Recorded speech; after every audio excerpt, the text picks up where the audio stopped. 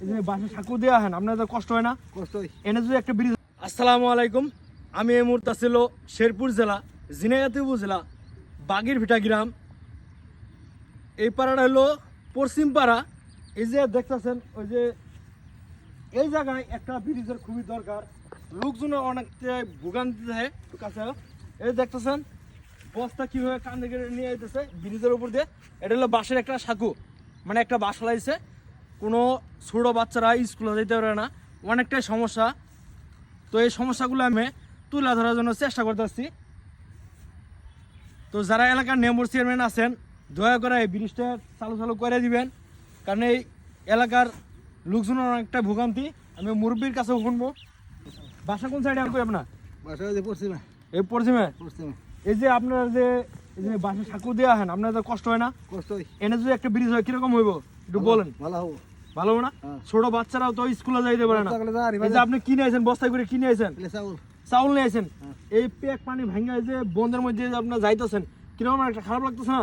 যদি এই রাস্তাটা হয়, এই ব্রিজটা হয়, তাহলে আপনাদের জন্য উপকার না? এনে যদি লোকজন অসুস্থ হয়, কোনো গাড়ি দিয়ে নেওয়ার মতো কোনো ব্যবস্থা আছে না?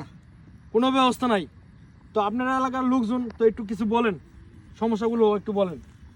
না তো করি মেম্বার চেয়ারম্যানরা করে দেন। আপনারা বলছিলেন, অভিযোগ জানাইছিলেন? হ্যাঁ, মেলা জানাইছি।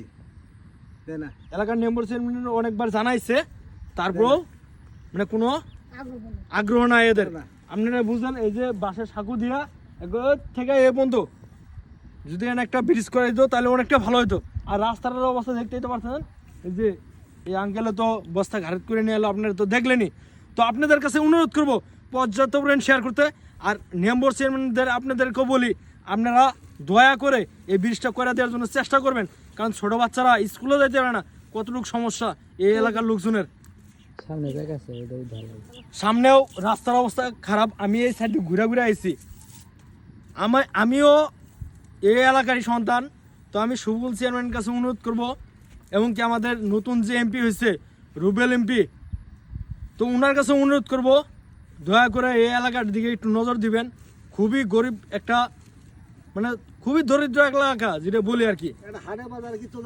মানে একটা অসুখ হলেও যে একটা লোক যে মেডিকেলে নিয়ে যাবো গাড়ি দিয়া, এটার কোনো অবস্থা নাই।